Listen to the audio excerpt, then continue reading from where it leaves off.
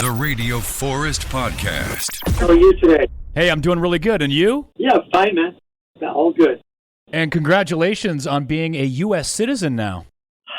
Thank you so much.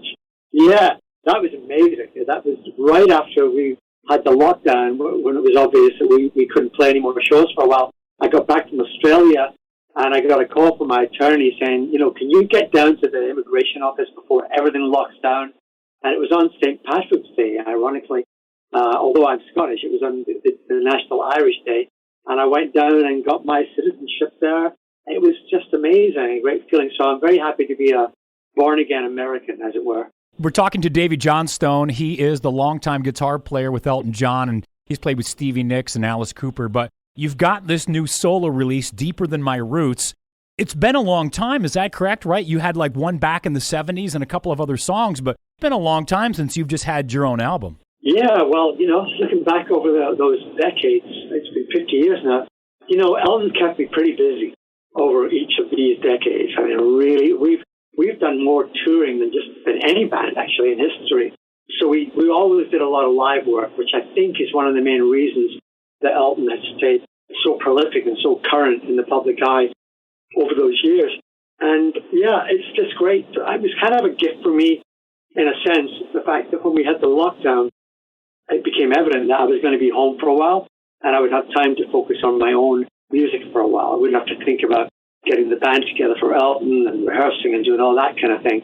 And so I just focused on my own music, and it's been really a gift in that way to do that. A couple of years ago, you hit 3,000 shows that you've performed with Elton John.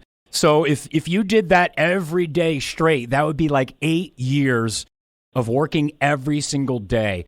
What changes live between the 3,000th show and, say, like the first 50 shows? I mean, obviously, you probably get a little bit more comfortable, but Elton plays some massive shows, and there are some major celebrities in the crowd. So are you still as nervous, or has it changed throughout the years? Wow, that's an amazing fact that you just reeled off about playing 8 years constantly on stage.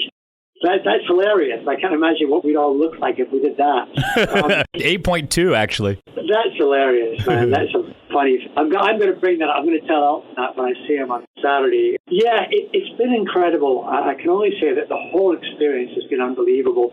It was unusual for me as a 20-year-old kid when I joined him, going for my first U.S. tour, and coming to, say, L.A., for example, and playing to like Elizabeth Taylor and Jackson Brown, and people would be in the auditorium, Joni Mitchell, and you're going like, holy shit, these are all icons of all kinds, and Cary Grant. I'm going like, what the fuck? But it's always been a remarkable thing. So as those years have progressed, you might get a little bit more blasé, but not really, because on my 3,000 show, my good buddy Eddie Vedder turned up, and whenever I know people like Eddie are in the audience, it always makes things a little more sharp. You've got to really think, oh my God, one of my compatriots is watching. I better be good tonight. But we do that every night. We try and bring our best work to people wherever we are, whatever the size of the audience, whether it's 1,000 or 60. It doesn't, it's the same kind of thing. So what was the feeling like then for John Lennon's final show? It was Thanksgiving Day, I think, like 1974. Now, you wouldn't have known, obviously, at the time it would be his last public performance. But was it kind of the same feelings then you're talking about Eddie, or was it a little bit different because you're like, dude, it's freaking John Lennon? Oh, no, there was definitely a lot of that because, let's face it, every act around in music, I think it's true today also, hold the Beatles has been some really serious template as far as these guys were probably the best it's ever been. It's not going to get a whole lot better than the Beatles. So way back when we first heard that John Lennon was enjoying what we did, we were like, oh my God, really?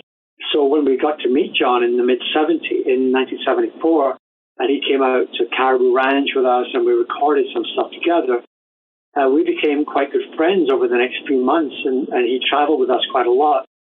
So when that all culminated with Madison Square Garden show, we were still thinking, I was still thinking as a guitar player. I turned to my right and I'm at Madison Square Garden on stage, and there's John Lennon with me.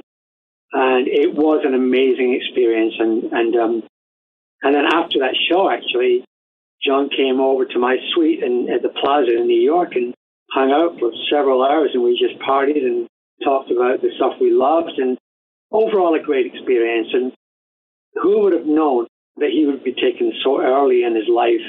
And, the world is a much colder place without John. Now, I know you've got quite a few kids, and I'm pretty sure your daughter did the album work, but didn't you also have some kids performing? I know you do a lot of stuff with one of your sons, but did more than one of your kids, were they involved with this album? Oh, my God, yeah. I got all the kids involved. I thought so, yeah. Yeah, my eldest, Tam, who lives in the UK, he did a couple of mixes for me and played some zany keyboards on a couple of things. My son, Jesse, played drums remotely from his home in East LA. My son, Charlie, played piano on a few tracks and background vocals and mixed a few of the songs. My son, Elliot, is an amazing singer and did lead vocals on most of the album. And my daughter, Julia, did all the album artwork. So I got to tell you, man, between this whole record, it's cost me a fortune in session fees on those kids because they don't come cheap. Yeah, that's really cool. Let me ask you a personal question, but I don't want to know your finances. I'm more interested in the business, so I'm not looking for exact numbers. I don't want you to take this the wrong way. But Elton, the farewell tour, so far it's like the 17th highest grossing tour in history, and Elton is the 4th best-selling artist of all time behind the Beatles and Elvis. So when you're a part of that, which of those pays better for you? So is it more of the touring or more of the album sales? And I'm sure it's changed over the years, but which one of those is kind of more of a lucrative deal for a professional musician like you? Well, as far as my situation with Elton over the years, there have been several songs that we've written together that have done so well, like I guess I was probably called the blues. I always love hearing that on the radio because I get a ka-ching, I hear the cash register and think, great, I can send my kid to college. So a lot of my writing with him over the years has been really beneficial to that.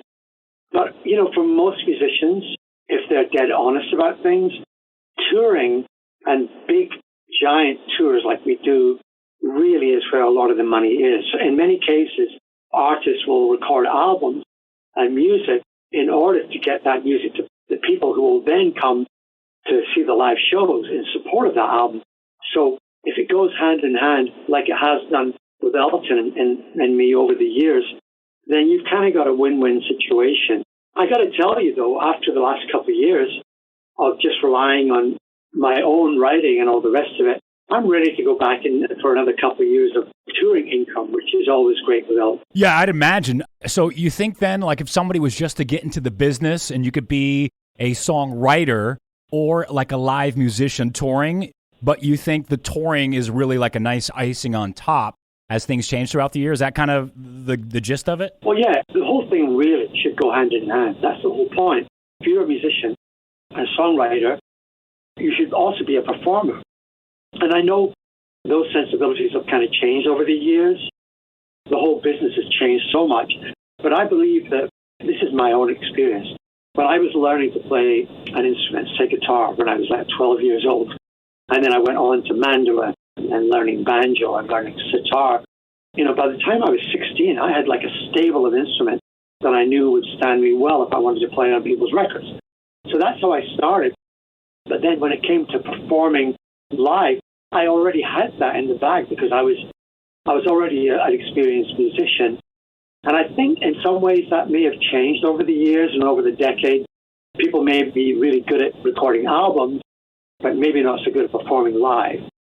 And I know that thing has changed. So I'm really grateful that my career enabled me to become really good at my craft overall and be able to work with other brilliant musicians like Elton and our band with Dee Murray and Nigel Olsen.